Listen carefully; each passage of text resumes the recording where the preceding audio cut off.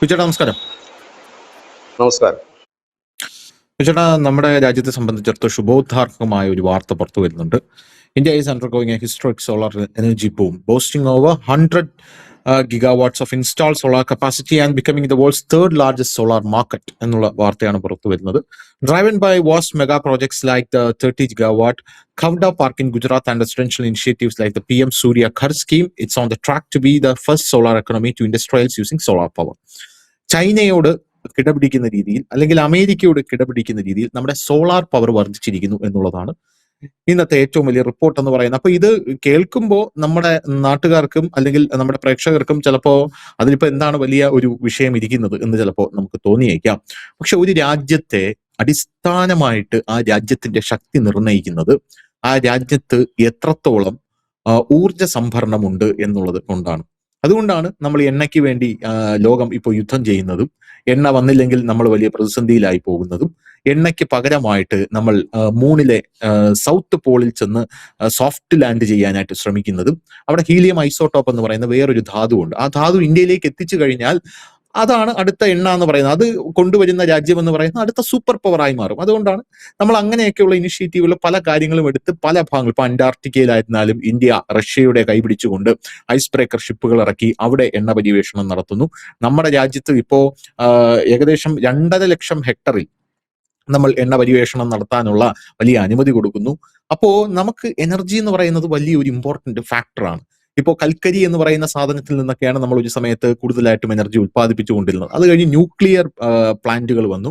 ആ ന്യൂക്ലിയർ പ്ലാന്റുകൾ, ഒരു രാജ്യത്ത് ന്യൂക്ലിയർ പ്ലാന്റുകളൊക്കെ വരുമ്പോൾ ആ രാജ്യത്ത് ഒരുപാട് എനർജി ഉത്പാദിപ്പിക്കപ്പെടുകയും ആ രാജ്യം സാമ്പത്തികമായി അഭിവൃദ്ധിപ്പെടുകയൊക്കെ ചെയ്യും. അങ്ങനെ അഭിവൃദ്ധിപ്പെടുന്നത് ഇഷ്ടമല്ലാത്ത പല രാജ്യങ്ങൾ, അതായത് ഇന്ത്യ അഭിവൃദ്ധിപ്പെട്ടു കഴിഞ്ഞാൽ ഞങ്ങൾക്ക് വലിയ പ്രശ്നമുണ്ടാകുമെന്നുള്ള രാജ്യങ്ങളാണ് ഈ FCRA വഴിയും NGO വഴിയും ഒക്കെ ഫണ്ടുകളൊക്കെ ഇറക്കി ഈ കൂടംകുളത്തുള്ള ആണവ നിലയത്തിനൊക്കെ എതിരെ സമരം ചെയ്യിപ്പിക്കാനായിട്ട് ആൾക്കാരെയൊക്കെ ഇറങ്ങുന്നത്. അവര് ജെന്യൂൻ ആയിട്ടായിരിക്കും ഇറങ്ങുന്നത്, പക്ഷെ അവർക്ക് പിന്നിൽ ഇങ്ങനെ ഒരു വലിയ പവർ ഒളിച്ചിരിപ്പുണ്ട് എന്ന് അവർക്ക് പലപ്പോഴും മനസ്സിലാക്കാനായിട്ട് സാധിക്കുന്നു. ഇപ്പൊ നമ്മളെ വിഴിഞ്ഞം തുറമുഖത്തിനെതിരെ ഒരുപാട് പേര് സമരം ചെയ്യാനായിട്ട് ഇറങ്ങിയല്ലോ. ഇനി ഇറങ്ങില്ല, കാരണം FCRA 2.0 ഒക്കെ വന്നു കഴിഞ്ഞല്ലോ.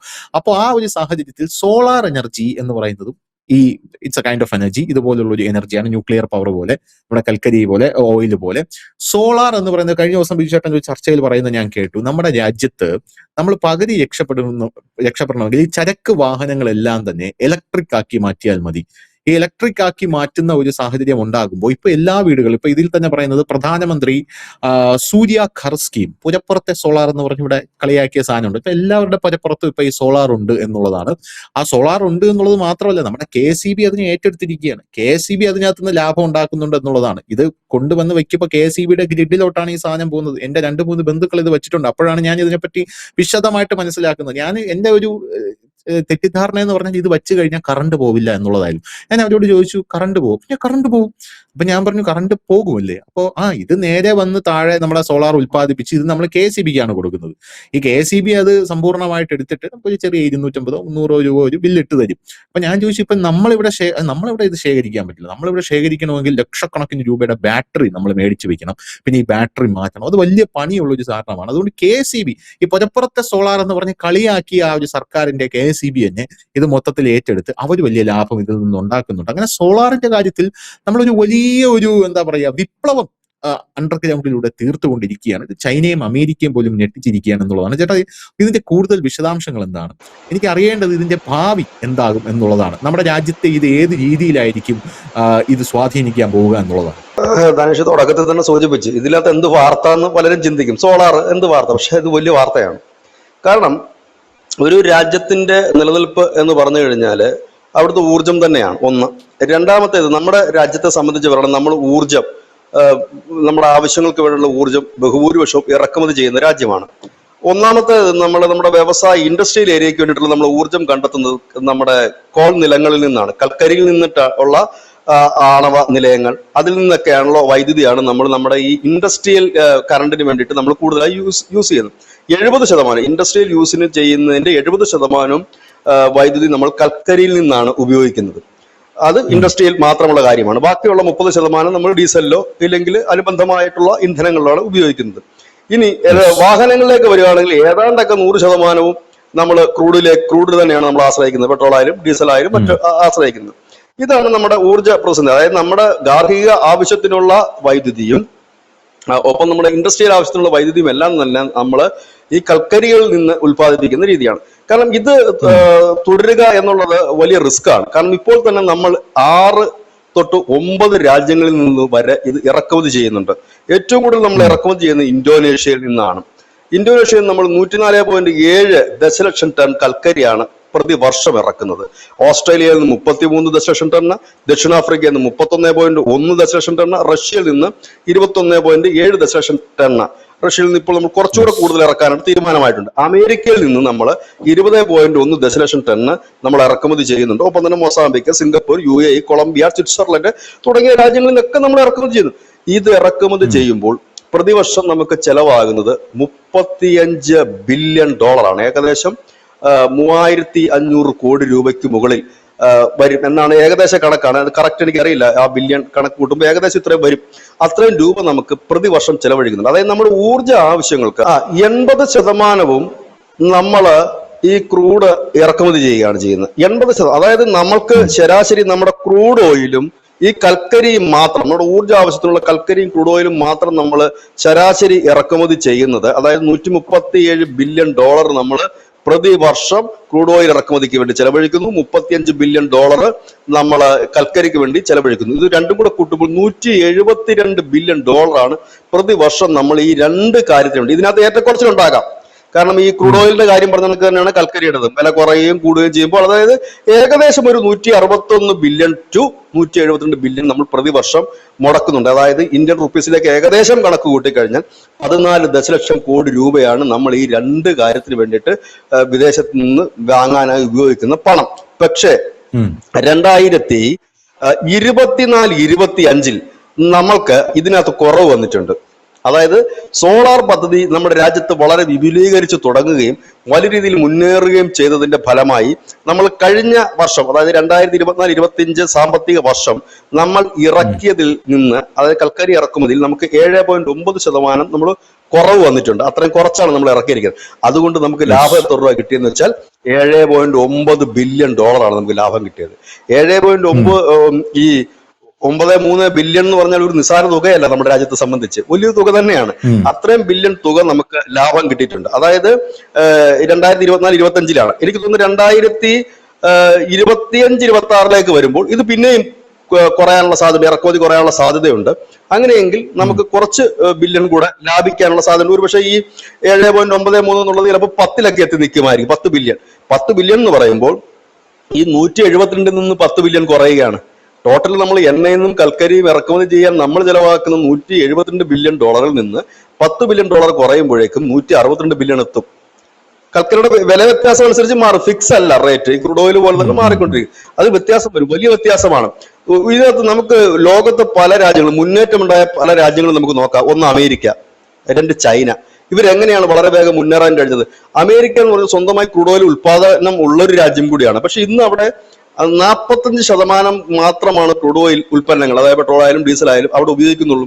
ബാക്കിയുള്ള 55% ആയിട്ടുള്ള ഊർജം അവർ സോളാറ്, ഒപ്പം തന്നെ ഗ്യാസ് ഷെല്ല്, എഥനോള്, മറ്റ് ഇന്ധനങ്ങൾ ആണ് അവർ യൂസ് ചെയ്യുന്നത്.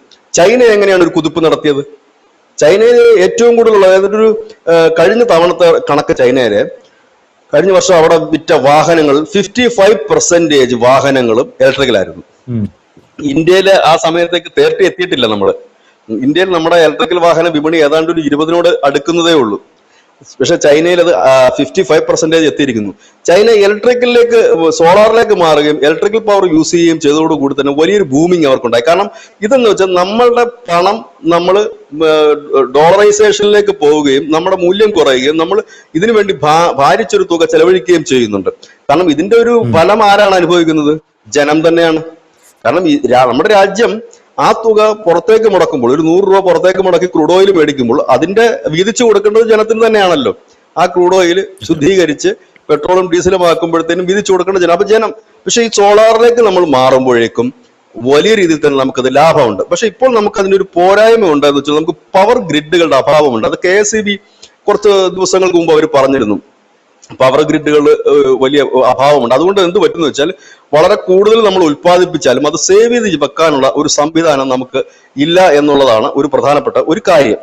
ഏതായാലും ഈ ഒരു രീതിയിലും ഒരു വലിയ മാറ്റം വരുന്നുണ്ട്. അവിടെയാണ് ചൈന പാകിസ്ഥാൻ അതിർത്തിയിലുള്ള ഗുജറാത്തിലെ ഗാവ്ദയിലെ മഹാസോളാർ പാർക്ക് വരുന്നുണ്ട്. ഈ പാർക്ക് വരുന്നതോടുകൂടി ഇപ്പോൾ നിലവിലുള്ള 44 ജിഗാഹെർട്സ് ശേഷി ഡബിൾ ആകും. അതായത് 84 ജിഗാഹെർട്സിലേക്ക് നമ്മുടെ ശേഷി വർദ്ധിക്കുകയാണ്. നിലവിൽ ഗുജറാത്തും രാജസ്ഥാനുമാണ് മിച്ച സംസ്ഥാനം, ഈ സോളാർ വൈദ്യുതി മിച്ച സംസ്ഥാനം. ഇതിനകത്ത് കൗതുകകരമായ ഒരു കാര്യം കൂടിയുണ്ട്. ഗുജറാത്തും കേരളവും ഒരേ സമയത്ത് തന്നെ ധാരണാപത്രം ഒപ്പിട്ടതാണ് സോളാർ എനർജിക്ക് വേണ്ടി. അത് നരേന്ദ്രമോദി തിരുവനന്തപുരത്ത് ഒരു തവണ അദ്ദേഹം തെരഞ്ഞെടുപ്പ് പ്രചരണത്തിനായി വന്നപ്പോൾ 10-15 കൊല്ലം മുമ്പ് അദ്ദേഹം ചോദിച്ചു, ഞങ്ങളും കേരളവും കൂടെ ആണല്ലോ ഒന്നിച്ച് ഈ സോളാർ പദ്ധതി കേന്ദ്രത്തിന്റെ അനുമതി തന്നു, ഞങ്ങൾ അതിന്റെ ധാരണാപത്രം ഒപ്പുവെച്ച് തുടങ്ങിയത്. ഞങ്ങളുടേത് ഇപ്പൊ ഞങ്ങൾ മിച്ചമായി, ഞങ്ങളുടെ സംസ്ഥാനത്ത് അത് ഉണ്ടാക്കി ഞങ്ങൾ മറ്റു സംസ്ഥാനങ്ങൾക്ക് വിൽക്കുകയാണ്. കേരളത്തിന്റെ സോളാർ എന്തായെന്നുള്ളത് ഞാൻ പറയാതെ നിങ്ങൾക്കറിയാവല്ലോ, ഉമ്മൻചാണ്ടി സർക്കാരിന്റെ കാലഘട്ടമാണ് എന്ന് അദ്ദേഹം കളിയാക്കിയിട്ട് പോകുന്നൊരു സന്ദർഭം ഉണ്ടായി. രാജസ്ഥാനും ഗുജറാത്തുമാണ് ആദ്യം ഇന്ത്യയിലെ ഏറ്റവും കൂടുതൽ സോളാർ എനർജി ഉൽപ്പാദിപ്പിച്ച് മിച്ച സംസ്ഥാനമായി മാറിയത്. ഇപ്പൊ നമ്മുടെ കേരളവും ആ വഴിക്ക് സഞ്ചരിക്കുന്നുണ്ട്. ഇനി പാവങ്ങൾക്ക് വേണ്ടിയിട്ടാണ് സൂര്യഘർ പദ്ധതി കൊണ്ടുവന്നിരിക്കുന്നത്. ഈ പുറപ്പുറത്തെ സോളാർ എന്നുള്ളത് ഈ സൗജന്യമായ സോളാർ കൊടുക്കുന്നുണ്ട്. അതായത് ഈ BPL താഴെയുള്ള ആളുകൾക്ക് സൗജന്യ സോളാർ. അപ്പൊ സോളാർ ഇത് വലിയ രീതിയിൽ തന്നെ എല്ലായിടത്തും എത്തുകയാണെന്നുണ്ടെങ്കിൽ ആളുകൾ പതുക്കെ ഈ പെട്രോൾ കാറുകൾ ഇല്ല ഡീസൽ കാറുകളിൽ നിന്ന് വിഡ്രോ ചെയ്തുകൊണ്ട് പതുക്കെ നമ്മളെല്ലാവരും ഈ ഇലക്ട്രിക്കൽ കാറിലേക്ക്. കഴിഞ്ഞ മാസത്തെയും അതിന് മുമ്പിലത്തെ മാസത്തെയും ഇന്ത്യയിലെ വാഹന വിപണിയുടെ കണക്ക് നോക്കിക്കഴിഞ്ഞാൽ ഏറ്റവും കൂടുതൽ വിറ്റുപോയിരിക്കുന്ന വാഹനങ്ങളിൽ ഒന്ന് ടാറ്റയുടെ പഞ്ച് എന്ന് പറയുന്ന ഒരു ഇലക്ട്രിക്കൽ കാറാണ്. മാസാമാസം കണക്കുണ്ട് എത്ര വണ്ടി വിറ്റുന്നത്. അവരേതാണ്ട് 20,000-നടുത്ത് വണ്ടി ഒരു മാസം അവർ വിറ്റഴിച്ചു. നമ്മുടെ രാജ്യത്തിന്റെ മൊത്തത്തിലുള്ള കണക്കാണ്, അവർ ആ കണക്ക് പ്രസിദ്ധീകരിക്കും. എല്ലാ വാഹനങ്ങളുമുണ്ട്. അപ്പോൾ അതിൽ നിന്നും നമുക്ക് മനസ്സിലാക്കാൻ പറ്റുന്ന കാര്യം, ഡീസലും പെട്രോളിൽ നിന്നും ആൾക്കാർ നേരെ ഇലക്ട്രിക്കലിലേക്ക് മാറി. കാരണം അവർക്ക് കൈക്ക് പിടിച്ചാൽ കിട്ടുന്ന ഒരു എമൗണ്ട് ആണെങ്കിൽ അവരത് എടുക്കും. കാരണം കുറച്ചുകൂടി ഈസിയാണ്, കുറച്ചുകൂടി ഇത്. അപ്പൊ എല്ലായിടത്തും ഈ സോളാർ വൈദ്യുതി എത്തുകയാണ് കഴിഞ്ഞാൽ നമുക്ക് വളരെ ചെലവ് കുറച്ച് വാഹനം ഓടിക്കാൻ കഴിയും. കാരണം ഇലക്ട്രിക്കൽ കാറിന് വാഹനങ്ങൾക്ക് വലിയ മെയിൻ്റനൻസ് കോസ്റ്റ് വരുന്നില്ലല്ലോ. അങ്ങനെ എത്തിക്കാൻ കഴിയും. ഇതൊരു വലിയ ബൂമിങ്ങാണ്. ഇങ്ങനെ വന്നു കഴിയുമ്പോഴാണ് നമുക്ക് കുറച്ചുകൂടെ കൂടുതൽ. അപ്പൊ എന്ത് പറ്റും? ജനങ്ങളുടെ കയ്യിൽ കൂടുതൽ പണം ഉണ്ടാകും. 114 രൂപ കൊടുത്ത് പെട്രോൾ അടിക്കുന്ന സ്ഥാനത്ത് ഞാനൊരു 50 രൂപയ്ക്ക് ചാർജ് ചെയ്ത് എന്റെ വണ്ടി ഓടിച്ചാൽ ബാക്കിയുള്ള ഏതാണ്ട് ഒരു 64 രൂപ എന്റെ പോക്കറ്റിലിരിക്കും. അങ്ങനെ പോക്കറ്റിലിരിക്കുമ്പോൾ എന്ത് പറ്റും? സ്വാഭാവികമായി തന്നെ നമ്മളുടെ ഒരു വ്യക്തിഗത ആ ഒരു സമ്പത്തിന്റെ അളവ് വർദ്ധിക്കും. സ്വാഭാവികമായി എല്ലായിടത്തും ഇത് വ്യക്തി വർദ്ധിച്ചു കഴിഞ്ഞാൽ എന്താണ്? അത് സമൂഹത്തിനാണ് നേട്ടം. സമൂഹത്തിന് വർദ്ധിച്ചാൽ എന്താണ്? രാജ്യത്തിനാണ് അത് നേട്ടം. അത് മറ്റു പല വഴിക്കും അതിനെ മുമ്പോട്ട് കൊണ്ടുപോകാനായിട്ട് കഴിയും. അപ്പം ഒരു രാജ്യത്തിന്റെ അടിസ്ഥാനപരമായ പ്രശ്നങ്ങളിൽ ഒന്ന് ഊർജ്ജമാണ്. ആ ഊർജ്ജത്തിലേക്ക് ഇന്ത്യ വലിയ വേഗത്തിലാണ് നീങ്ങുന്നത്. രണ്ടാമത്തെ ഒരു പ്രധാനപ്പെട്ട കാര്യം, ചൈനീസ് പാനലുകളായിരുന്നു നമ്മൾ കൂടുതലായി ഉപയോഗിച്ചുകൊണ്ടിരുന്നത് ഇതിന്റെ ഈ സോളാറിന്റെ നിർമ്മാണത്തിന്. ഇപ്പൊ അത് ഏകദേശം നിന്നിരിക്കുന്നു. നമ്മൾ സ്വന്തമായിട്ട് പാനലുകൾ നിർമ്മിക്കുന്നു എന്ന് മാത്രമല്ല, പാനലുകൾ നമ്മൾ കയറ്റി അയക്കാൻ. ഇവിടെയാണ് ചൈന നമുക്കൊരു ചെക്ക് വെച്ചത്. ചൈന ഇപ്പം ഈ അടുത്ത് നമുക്കൊരു പണി തന്നിരുന്നു. ചൈന അവിടെ ഈ മിച്ചം വന്നിട്ടുള്ള, അതായത് ഇവർക്ക് ഉൽപാദനം കൂടിയിട്ട് ഇവർക്ക് കൊടുക്കാൻ സപ്ലൈ ചെയ്യാൻ പറ്റാതിരുന്ന സ്റ്റീലുകൾ, അതായത് ഈ സോളാറിനും മറ്റും തയ്യാറാക്കുന്ന പാനലുകളും മറ്റുമൊക്കെ ഇൻഡസ്ട്രിയൽ വിലയേക്കാളും, അതായത് അവിടെ നിർമ്മിക്കുന്ന വിലയേക്കാളും കുറഞ്ഞ് ഇങ്ങോട്ടേക്ക് ഡംപ് ചെയ്തു ഇന്ത്യയിലേക്ക്. അപ്പൊ ഇന്ത്യൻ കമ്പനികൾ വാരി വലിച്ചെടുത്തു. കാരണം 100 രൂപയ്ക്ക് കിട്ടേണ്ട സാധനം നമ്മൾ പറഞ്ഞ ഡിസ്കൗണ്ട് റേറ്റ് എന്ന് പറഞ്ഞാൽ 50 രൂപയ്ക്ക് ഇത് കിട്ടാണെങ്കിൽ എടുക്കും. അവരത് ചെയ്ത് എന്താണെന്ന് വെച്ച് കഴിഞ്ഞാൽ ആ മിച്ചം കിടക്കുന്നത് അവർക്ക് കൊടുക്കാനും കഴിയും. രണ്ടാമത് ഇന്ത്യൻ ഇൻഡസ്ട്രിയിൽ അവരുടെ ഒരു പ്രാമുഖ്യം നിലനിൽക്കുകയും ചെയ്യും. ഇതേ പണി തന്നെ ഇന്ത്യ കാണിച്ചിട്ട് പല രാജ്യങ്ങളിലും എന്നാണ് ചൈനയും മറ്റു രാജ്യങ്ങളും പറയുന്നത്. ഇന്ത്യയും ഇതേപോലെ. എന്തുകൊണ്ടാണ് ഈ ട്രംപ് പ്രശ്നം ഉണ്ടാക്കുന്നതും നമ്മുടെ സ്റ്റീലിനും മറ്റുള്ള കാര്യങ്ങൾക്കൊക്കെ ഡബിൾ താരിഫ് അടിക്കുമെന്ന് പറയുന്നത്? അവർ പറയുന്നത്, ട്രംപ് പറയുന്നത് ഇന്ത്യയിൽ അത് സബ്സിഡിയിലാണ് ഉൽപ്പാദിപ്പിക്കുന്നത്. ആ സബ്സിഡിയിൽ ഉൽപ്പാദിപ്പിക്കുന്നതിന്റെ കുറവ് വെച്ചിട്ടാണ് ഇവർ കച്ചവടം ചെയ്യുന്നത്. അപ്പൊ ശരിക്കും പറഞ്ഞു കഴിഞ്ഞാൽ അവർ നമ്മളെ പറ്റിക്കുകയല്ലേ എന്നാണ് ചോദിക്കുന്നത്. ഇൻഡസ്ട്രി വിലയേക്കാളും കുറച്ച് കൊടുക്കുമ്പോൾ നമ്മൾ പറ്റിക്കുകയല്ലേ എന്നാണ് പറയുന്നത്. ശരിയാണ്. ഇന്ത്യ ഇപ്പോൾ ഇത് നിർമ്മിക്കുന്നത് 30ഓളം കമ്പനികൾക്കാണ് ഇപ്പോൾ ഇന്ത്യയിൽ പെർമിഷൻ കൊടുത്തിരിക്കുന്നത് ഈ സോളാർ പാനലൊക്കെ നിർമ്മിക്കാനായിട്ട്. ആ കമ്പനികളുടെ സോളാർ മാത്രമേ വാങ്ങി വെക്കാവുള്ളൂ എന്നാണ് കേന്ദ്ര സർക്കാർ പറഞ്ഞിരിക്കുന്നത്. ഇപ്പൊ കൂടുതൽ കമ്പനികൾ ഇപ്പോൾ വന്നുകൊണ്ടിരിക്കുകയാണ് അത് നിർമ്മിക്കാനായിട്ട്. അത് സെൻട്രൽ ഗവൺമെന്റ് പെർമിഷൻ വേണം ഇത് നിർമ്മിക്കുന്ന കമ്പനികൾക്ക്. അപ്പം അതിലേക്ക് നമ്മൾ സബ്സിഡിയും മറ്റുമൊക്കെ കൊടുക്കുന്നുണ്ട്. എന്തിനാണ്? നമ്മൾ സോളാർ വെക്കുമ്പോൾ സബ്സിഡി തരുന്നില്ലേ? 2,10,000 രൂപയുടെ സോളാർ പാനൽ വെക്കുമ്പോൾ ഏതാണ്ട് പിന്നെ നമുക്ക് 75,000 ചെലവാകുന്ന 75,000 രൂപയെ വരുന്നുള്ളൂ. ബാക്കിയൊക്കെ സബ്സിഡിയാണ്. ലോണുകൾ ബാങ്കുകൾ ഇഷ്ടം പോലെ കൊടുക്കുന്നുണ്ട്. ഏതാണ്ട് വളരെ തുച്ഛമായ ഇൻട്രസ്റ്റിലാണ് അവരത് കൊടുക്കുന്നത്. അപ്പൊ അങ്ങനെയൊക്കെ വലിയ രീതിയിൽ തന്നെ സോളാർ ഇതൊരു വലിയ വാർത്തയാണ്. നമ്മുടെ രാജ്യം മുമ്പോട്ട് കുതിക്കുന്നു. ഒരു വികസിത രാജ്യം എന്നുള്ള ഒരു സ്വപ്നം അത് ഏറെ അകലെയല്ല എന്ന് ഇപ്പോൾ ഓരോ ഇന്ത്യക്കാരനും മനസ്സിലാക്കുന്നുണ്ട്. പണ്ടൊക്കെ എന്ന് പറഞ്ഞാൽ എന്ന് നമ്മൾ വികസിത രാജ്യമാകും എന്നുള്ള ചോദ്യമായിരുന്നെങ്കിൽ ഇന്ന് അങ്ങനെയല്ല, അധികം വൈകാതാകും എന്നുള്ള ഒരു ഇത് ചിന്ത. പറഞ്ഞപ്പോഴോ കഴിഞ്ഞ ദിവസം ഇൻസ്റ്റാഗ്രാമിൽ നരേന്ദ്രമോദിയുടെ ഒരു വീഡിയോ ഉണ്ട് കേട്ടോ. പഴയ മോദി ഗുജറാത്തിലെ മുഖ്യമന്ത്രി ആയിരുന്ന സമയത്ത് മോദി സംസാരിക്കുകയാണ്. മാധ്യമപ്രവർത്തകരെല്ലാം വന്നിരിപ്പുണ്ട്. അപ്പോൾ ഗുജറാത്ത് മുഖ്യമന്ത്രി ആയിരുന്ന സമയത്ത് മോദി ഹിന്ദിയിലാണ്, പക്ഷെ അതിന്റെ താഴെ സബ് ടൈറ്റിലുണ്ട്. അപ്പൊ എനിക്ക് ഹിന്ദി അത്ര വശമില്ല, കേട്ടാൽ മനസ്സിലാവും, പക്ഷെ എങ്കിലും അഗാധമായിട്ട് മനസ്സിലാവും. മോദിയുടെ ഗുജറാത്ത് ഹിന്ദി അറിയാമല്ലോ. അപ്പോൾ മോദി സംസാരിച്ചുകൊണ്ടിരുന്നപ്പോൾ പെട്ടെന്ന് വലിയൊരു സദസ്സാണ്. പെട്ടെന്ന് അതിലെ ഒരു മാധ്യമപ്രവർത്തകൻ എഴുന്നേറ്റിട്ട് ഗുജറാത്ത് കലാപത്തെക്കുറിച്ച് ചോദിച്ചു മോദിയുടെ അടുത്ത്.